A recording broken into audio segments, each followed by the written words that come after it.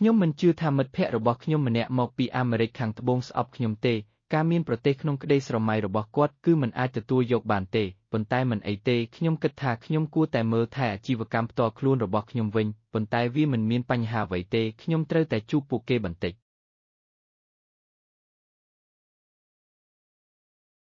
ខ្ញុំចូលចិត្តព័ត៌មានពីប្រទេសរបស់ខ្ញុំគឺប្រទេសកម្ពុជាប៉ុន្តែយ៉ាងណាក៏ដោយគាត់បាននិយាយរួចហើយខ្ញុំនឹងមើលអ្វីដែលមិត្តភក្តិរបស់អ្នកបានបង្ហោះប៉ុន្តែយ៉ាងម៉េចដែរ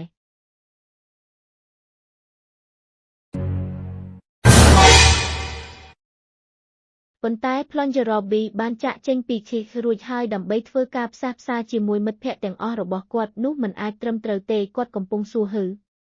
អុយរូកាយសូមធ្វើការផ្សះផ្សាជាមួយអ្នករាល់គ្នា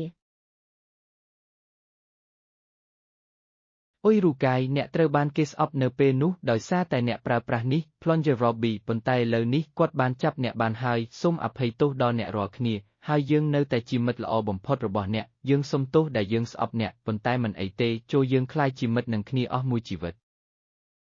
អ្វីដែលហាងអ្នកប្រើប្រាស់នេះបានក្លាយជាវ៉ែនតាល្អសម្រាប់ព្រះដែលបានលុបចោលការវាយតម្លៃអ្នកប្រើប្រាស់នេះប៉ុន្តែមិនអីទេនោះហើយជារបៀបដែលយើងជាមិត្តភក្តិហើយខ្ញុំនិយាយថាអ្នកនឹងឃើញថាបាតចាស់សម្រាប់ទឹកហើយខ្ញុំនិយាយថា